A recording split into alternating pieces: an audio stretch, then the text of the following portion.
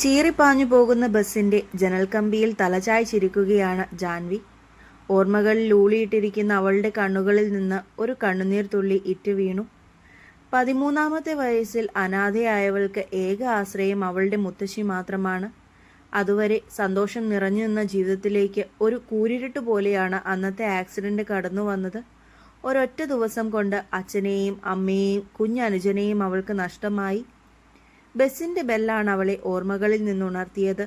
വേഗം ബാഗ് തോളിലിട്ടുകൊണ്ട് എഴുന്നേറ്റ് ബസ്സിന് പുറത്തേക്കിറങ്ങി. ആ സംഭവം കഴിഞ്ഞിട്ട് ഇന്നേക്ക് 5 വർഷം കഴിഞ്ഞു. ഓർമ്മ ദിവസമായതുകൊണ്ട് അവരുടെ കുഴിമാടത്തിൽ പോയി കുറേ നേരമിരുന്ന് സംസാരിച്ചപ്പോൾ സമയം പോയതവൾ അറിഞ്ഞില്ല. ഇന്ന് ജാൻവി സെന്റ് അലോഷ്യസിൽ +2 സയൻസ് വിദ്യാർത്ഥിനിയാണ്. അവൾ വാച്ചിലേക്ക് നോക്കി. ദൈവമേ, 10 മണി. ഇന്ന് ആദിസാറിന്റെ ക്ലാസ് ആണല്ലോ. ആ കാലമാടൻ ഇന്നെന്നെ കൊല്ലും. അതും പറഞ്ഞവൾ ഗേറ്റും കടന്ന് വേഗം കോളേജിനുള്ളിലേക്ക് നടന്നു. ആർദ്രിത് കേശവ് സെന്റ് അലോഷ്യസിൽ ബയോളജി അധ്യാപകനാണ്. കൂടാതെ ജാൻവിയുടെ ക്ലാസ് സാർ കൂടിയാണ്. സ്റ്റുഡൻസിന്റെ ആദി സാർ. ആളൊരു ഗൗരവക്കാരനാണ്. 29 വയസ്സുള്ള സുമുഖനായ ചെറുപ്പക്കാരനാണ് ആദി. അതുകൊണ്ട് തന്നെ കോളേജിലെ മിക്ക പെൺകുട്ടികളുടെയും ആരാധനാപാത്രമാണ് കക്ഷി. വളരെ വിരളമായേ സാറിനെ കുട്ടികൾ ചിരിച്ചു കണ്ടിട്ടുള്ളൂ. ആദിയുടെ മെയിൻ നോട്ടപ്പുള്ളിയാണ് ജാൻവി. വേറൊന്നും കൊണ്ടല്ല, ക്ലാസ്സിലിരുന്നു കൊണ്ട് സ്വപ്നലോകത്തേക്ക് പോകുന്ന ഏർപ്പാടുണ്ടേ കുട്ടിക്ക്. പിന്നെ ചുറ്റും നടക്കുന്നതൊന്നും പുള്ളിക്കാരി അറിയാറില്ല. അവളുടെ ഈ സ്വഭാവം കൊണ്ട് ആദി എപ്പോഴും അവളോട് ക്വസ്റ്റ്യൻ ചോദിക്കും. ഓരോന്നും ചിന്തിച്ചുകൊണ്ട് ജാൻവി ക്ലാസ്സിന് മുന്നിലെത്തി. അവൾ പയ്യെ ഉള്ളിലേക്ക് തലയിട്ട് നോക്കി. ആദിയുടെ ക്ലാസ് നല്ല തകർപ്പനായിട്ട് നടന്നുകൊണ്ടിരിക്കുകയാണ്. പിൻ ഡ്രോപ്പ് സൈലൻസ് ആണ് ക്ലാസ്. സാറിനെ പേടിയായതുകൊണ്ട് പിള്ളേരെല്ലാം ആദിയുടെ ക്ലാസ്സിൽ ഡീസൻ്റ് ആണ്. വേറൊരു ക്ലാസ്സിലും ഇല്ലാത്ത അനുസരണയാണ് ഈ പീരീഡിൽ മാത്രം. ജാൻവിക്ക് പേടിച്ചിട്ട് വിറയ്ക്കാൻ തുടങ്ങി. 9:30 ക്ലാസ് സ്റ്റാർട്ട് ചെയ്തതാണ്. ആദിക്ക് ക്ലാസ്സിൽ സ്റ്റുഡൻസ് ലേറ്റായി വരുന്നത് തീരെ ഇഷ്ടമല്ല. ജാൻവി തലയിട്ട് നോക്കുന്നത് കുറച്ചു കുട്ടികളുടെ കണ്ണിൽ പെട്ടു. അവരുടെ നോട്ടം കണ്ടിട്ടാണ് ആദി തിരിഞ്ഞു നോക്കുന്നത്. പുറത്തു നിൽക്കുന്ന ആളെ കണ്ടപ്പോഴേ ആദിക്ക് ദേഷ്യം വരാൻ തുടങ്ങിയിരുന്നു. ഒന്ന് ശ്വാസം ആഞ്ഞു വലിച്ചു വിട്ടുകൊണ്ടവൻ ജാൻവിയുടെ അടുത്തേക്ക് നടന്നു. അവന്റെ വരവ് കണ്ടപ്പോഴേ അവൾ ഉമിനീർ ഇറക്കിപ്പോയി. എന്താ? അവന്റെ ഒറ്റപ്പുരികമുയർത്തി അവളോട് ചോദിച്ചു. അവൾ തോളൊന്നുയർത്തി താഴ്ത്തി അവന്റെ മുഖത്തേക്ക് ഉറ്റുനോക്കി. ഇവിടെ കിടന്ന് കഥകളി കളിക്കാനല്ല ഞാൻ പറഞ്ഞത്. എൻ്റെ ക്ലാസ് എത്ര മണിക്കാണ് സ്റ്റാർട്ട് ചെയ്യുന്നത്? അവൾ ഒന്നും മിണ്ടാതെ തല കുനിച്ചു നിന്നതേയുള്ളൂ. പേടിച്ചിട്ട് അവളുടെ നാവുകൾ കൂച്ചുവിലങ്ങിട്ടതുപോൽ ചലിക്കാതായിരിക്കുന്നു. എന്നാൽ അവളുടെ നിസ്സംഗഭാവം അവനെ ഒട്ടൊന്നു ചൊടിപ്പിച്ചു. ഞാൻ ചോദിച്ചത് കേട്ടില്ലേ ജാൻവി? ആദിയുടെ ശബ്ദം അവിടെ മുഴങ്ങി കേട്ടു. അവന്റെ ഉച്ചത്തിലുള്ള സംസാരത്തിൽ അവൾ ഞെട്ടിപ്പോയി. ജാൻവിയുടെ കൈകൾ യൂണിഫോമിന്റെ കോഡിൽ തെരിപ്പിടിക്കാൻ തുടങ്ങി. അത് 9:30. അവളുടെ ശബ്ദം നന്നേ പതിഞ്ഞു പോയിരുന്നു. ഇപ്പോൾ സമയം എത്രയായി? എൻ്റെ ക്ലാസ്സിൽ ലേറ്റായി വരരുതെന്ന് എല്ലാവർക്കും അറിയാവുന്നതല്ലേ? ആണോന്ന്? അവന്റെ ശബ്ദത്തിന്റെ കാഠിന്യം ഉയർന്നിരുന്നു. അവന്റെ ചോദ്യം കേട്ടതും അവൾ പതിയെ അതേ എന്ന് തലയാട്ടി. വല്ല 5-10 മിനിറ്റ് ആയിരുന്നേൽ പോട്ടേന്ന് വെക്കാം. ഇതങ്ങനെയാണോ? അതെങ്ങനെയാ? എന്തെങ്കിലും പഠിക്കണമെന്ന ആഗ്രഹമുണ്ടേൽ അല്ലേ സമയത്തും കാലത്ത് സ്കൂളിൽ വരാൻ നോക്കൂ. ക്ലാസ്സിലെ കുട്ടികളുടെ ശ്രദ്ധ അവർക്ക് നേരെയായി. ജാൻവിക്ക് കണ്ണൊക്കെ നിറഞ്ഞു തുടങ്ങി. പഠിപ്പിക്കുന്ന സമയത്ത് ക്ലാസ്സിൽ ശ്രദ്ധിക്കാതെ സ്വപ്നം കണ്ടുകൊണ്ടിരിക്കുന്നത് പോട്ടെ, ക്വസ്റ്റ്യൻസ് ചോദിച്ചാൽ ഒരു കുന്തവും അറിയില്ല. അതും പോരാഞ്ഞിട്ട് എക്സാമിനെല്ലാം കൊട്ടപ്പടി മാർക്കാണല്ലോ വാങ്ങിക്കൂട്ടുന്നത്. നീയൊക്കെ എന്തിനാ സ്കൂളിൽ വരുന്നത്? വെറുതെ മനുഷ്യനെ മെനക്കെടുത്താനായിട്ട്. നിന്നെയൊക്കെ ഇങ്ങനെ വിടുന്ന അച്ഛനെയും അമ്മയെയും പറഞ്ഞാൽ മതിയല്ലോ. പിള്ളേര് പഠിക്കുന്നുണ്ടോ ഇല്ലയോ എന്നൊന്നും ശ്രദ്ധയില്ലല്ലോ. ഒരു ഏങ്ങലടി ശബ്ദം കേട്ടിട്ടാണ് ആദി അവന്റെ സംസാരം നിർത്തുന്നത്. നോക്കുമ്പോൾ ജാൻവി തല താഴ്ത്തി ഏങ്ങി കരയുവാണ്. അവൻ കണ്ണു നിറുകി അടച്ചു തുറന്നു. സോറി സാർ, ഇനി ലേറ്റായി വരൂല, ജാൻവി കരഞ്ഞുകൊണ്ട് പറഞ്ഞു. ഇത്രയും ലേറ്റായതുകൊണ്ട് ഇന്നിനി എൻ്റെ ക്ലാസ്സിൽ കയറണ്ട. പുറത്തു നിന്നാൽ മതി. ഇന്നെടുത്ത പോർഷൻസ് മൊത്തം എഴുതി ഈവനിങ്ങിന് മുൻപ് എന്നെ കൊണ്ട് കാണിക്കണം. പറഞ്ഞത് കേട്ടോ? ജാൻവി തലയാട്ടി. In words. എന്നോട് സംസാരിക്കുമ്പോൾ വ്യക്തമായി പറയണം. അല്ലാതെ മൂളുന്നതും ആംഗ്യം കാണിക്കുന്നതും എനിക്കിഷ്ടമല്ല. കേട്ടു സാർ, എഴുതി കാണിക്കാം, അവൾ ഏങ്ങിക്കൊണ്ട് പറഞ്ഞു. പുറത്തു നിന്നാലും ഞാൻ ക്ലാസ് എടുക്കുന്നതിലായിരിക്കണം ശ്രദ്ധ, ഓക്കെ? ഇതും പറഞ്ഞ് അവളെ ഒന്നുകൂടി ഇരുത്തി നോക്കിക്കൊണ്ട് അവൻ ക്ലാസ്സിലേക്ക് കയറിപ്പോയി. ആദ്യ തിരികെ ക്ലാസ്സിലേക്ക് പോയതും അവൾ അവിടുത്തെ ഭിത്തിയിലേക്ക് ചാരി നിന്ന് കണ്ണുകൾ അടച്ചു. ഇന്ന് നടന്ന സംഭവങ്ങളെല്ലാം അവളുടെ മനസ്സിലേക്ക് ഓടി വന്നു. ജാൻവിക്ക് വല്ലാതെ സങ്കടം വരുന്നുണ്ടായിരുന്നു. വീട്ടിലെ കാര്യങ്ങളൊന്നും സ്കൂളിൽ ആർക്കും അറിയില്ല. അവളുടെ 2 ബെസ്റ്റ് ഫ്രണ്ട്സിനൊഴിച്ച്. അവരെക്കുറിച്ച് ഓർത്തപ്പോൾ അവളുടെ ചുണ്ടിൽ ഒരു പുഞ്ചിരി മിന്നി മാഞ്ഞു. അമ്മു എന്ന അമ്മയെയും വിച്ചു എന്ന വിശാലും. അവളെക്കുറിച്ചുള്ള എല്ലാ കാര്യങ്ങളും അവർക്കറിയാം. അല്ലെങ്കിലും അവരോടേ അവൾ തൻ്റെ മനസ്സ് തുറന്നിട്ടുള്ളൂ. ഒരു തരത്തിൽ പറഞ്ഞാൽ തൻ്റെ മനസാക്ഷി സൂക്ഷിപ്പുകാർ. യോ, അങ്ങേരെന്നോട് ക്ലാസ്സിൽ ശ്രദ്ധിക്കാൻ പറഞ്ഞിട്ടല്ലേ പോയെ? ഇനിയും ആ വെട്ടുപോത്തിൻ്റെ വായിലിരിക്കുന്നത് കേൾക്കാൻ എനിക്ക് വയ്യ. ജാൻവി അവൾ നിന്ന് പിറുപിറുക്കുന്നത് കണ്ട് അവൻ ഉച്ചത്തിൽ വിളിച്ചു. അതോടി കേട്ടതോടെ അവൾ നല്ല കുട്ടിയായി പോർഷൻസ് ശ്രദ്ധിക്കാൻ തുടങ്ങി. അരമണിക്കൂർ കഴിഞ്ഞപ്പോഴേക്കും ആ പീരീഡ് കഴിഞ്ഞതിനുള്ള ബെൽ മുഴങ്ങി. ആദ്യ തൻ്റെ കയ്യിലുള്ള ബുക്ക് ടേബിളിൽ വെച്ച് സ്റ്റുഡൻസിന് നേരെ തിരിഞ്ഞു. ഇന്ന് പഠിപ്പിച്ച പോർഷൻസ് എല്ലാം നാളെ ഞാൻ ക്വസ്റ്റ്യൻ ചോദിക്കും. എല്ലാവരും പഠിച്ചിട്ട് വന്നേക്കണം. അതും പറഞ്ഞ് ആദ്യ ക്ലാസ്സിന് വെളിയിലേക്ക് നടന്നു. പുറത്തേക്ക് ഇറങ്ങിയപ്പോൾ കണ്ടു തന്നെ നോക്കി നിൽക്കുന്നവളെ. ഞാനിപ്പോൾ ക്ലാസ് എടുത്തത് നോട്ട് ചെയ്തോ? ചെയ്തു സർ.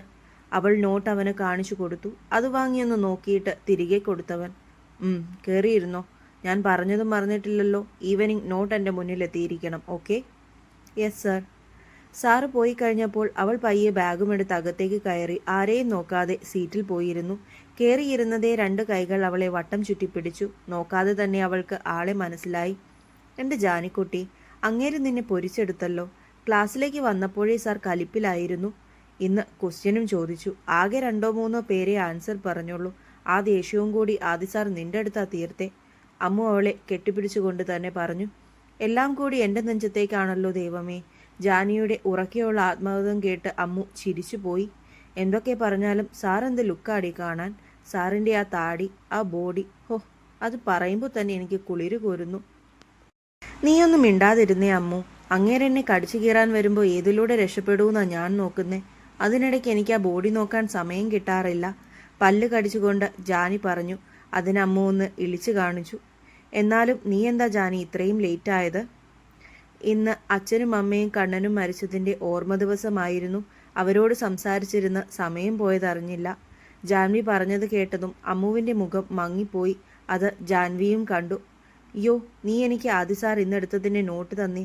ഈവനിങ് അയാളെ നോട്ട് കംപ്ലീറ്റ് ആക്കി കാണിച്ചിട്ട് വീട്ടിൽ പോയാൽ മതിയെന്ന രാജാവിൻ്റെ ഉത്തരവ്. വിഷയം മാറ്റാൻ എന്നോണം ജാനി പറഞ്ഞു. അമ്മു വേഗം ജാനിക്ക് ബുക്ക് എടുത്തു കൊടുത്തു. അപ്പോഴേക്കും അടുത്ത സബ്ജക്റ്റിൻ്റെ മിസ് ക്ലാസ്സിലേക്ക് വന്നിരുന്നു. അവരുടെ ശ്രദ്ധ അതിലേക്കായി. അന്നത്തെ ദിവസം വേറെ കുഴപ്പങ്ങളില്ലാതെ കടന്നുപോയി. വൈകുന്നേരമായപ്പോൾ ജാൻവി അവൾ എഴുതിയ നോട്ട്സായി സ്റ്റാഫ് റൂമിലേക്ക് പോയി. ഓരോന്നും പിറുപിറുത്തുകൊണ്ടാണ് നടക്കുന്നത്.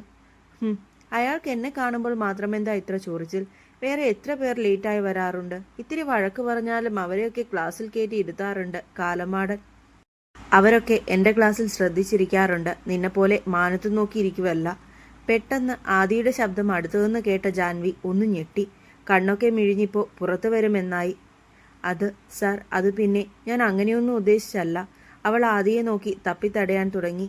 അപ്പോഴും അവളുടെ മനസ്സിലാകെ ഉണ്ടായിരുന്നത് ആദി സാർ കാലമാടൻ എന്ന് വിളിച്ചത് കേട്ടിരിക്കല്ലേ എന്നാണ്. ഇന്നത്തെ ക്ലാസ് കഴിഞ്ഞ് സ്റ്റാഫ് റൂമിലേക്ക് നടക്കുകയായിരുന്നു ആദി. അപ്പോഴാണ് എന്തൊക്കെയോ പറഞ്ഞുകൊണ്ട് പോകുന്ന ജാൻവിയെ കാണുന്നത്. അവൻ നടത്തത്തിൻ്റെ സ്പീഡ് കൂട്ടി അവൾക്കടുത്തേക്കെത്തി.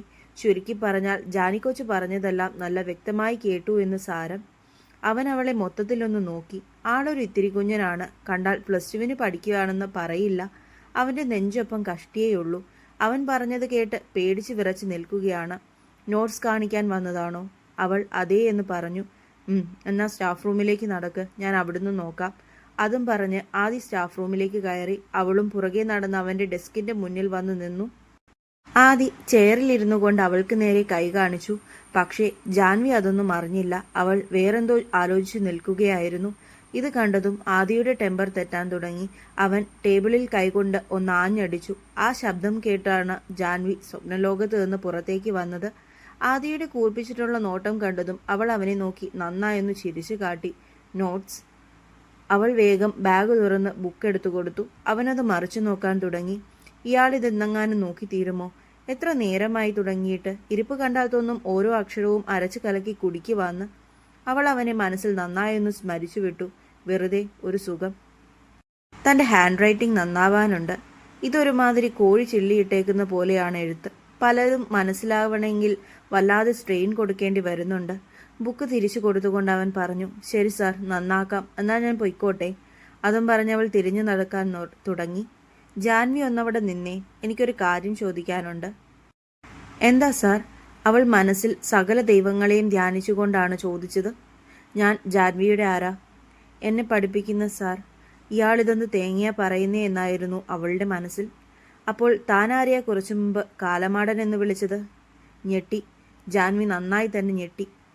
അത് സാർ, അത് ഞാൻ എൻ്റെ ഫ്രണ്ട് വിശാലിനെ വിളിച്ചതാ. അവനിന്ന് എന്നെ കൂട്ടാണ്ടാ പോയേ, അത് കാരണം. അവൾ എങ്ങനെയൊക്കെയോ തപ്പി തടഞ്ഞു പറഞ്ഞൊപ്പിച്ചു. എങ്ങോ ഇരുന്ന വിശാൽ ഒന്ന് തുമ്മി. സ്വാഭാവികം. ശരി ശരി, പൊക്കോ. ഇനി എൻ്റെ ക്ലാസ്സിൽ ലേറ്റ് ആകരുത്. അവൾ പറഞ്ഞത് കള്ളമാണെന്ന് അവന് മനസ്സിലായിരുന്നു. ഇല്ല സാർ, താങ്ക് യു. ഭാഗ്യം, രക്ഷപ്പെട്ടു. അതും പറഞ്ഞുകൊണ്ട് അവൾ അവിടുന്ന് ജീവനും കൊണ്ടോടി. അവളുടെ പോക്ക് കണ്ട് അവൻ്റെ ചുണ്ടിലൊരു കുഞ്ഞു പുഞ്ചിരി തത്തിക്കളിച്ചു.